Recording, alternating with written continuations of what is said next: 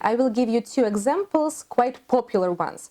The first example would be regarding the new sellers on Amazon who create their seller accounts and would like to start selling big brands but sourcing their items from local retailers or even unreliable suppliers. This is a huge mistake.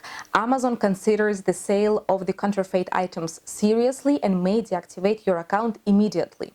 The proper thing to do is to contact the brand directly or at least their authorized distributors. This way you will be able to prove a healthy supply chain, and you will also have proper commercial invoices and authorization letters, which gives you permission to sell these branded items online.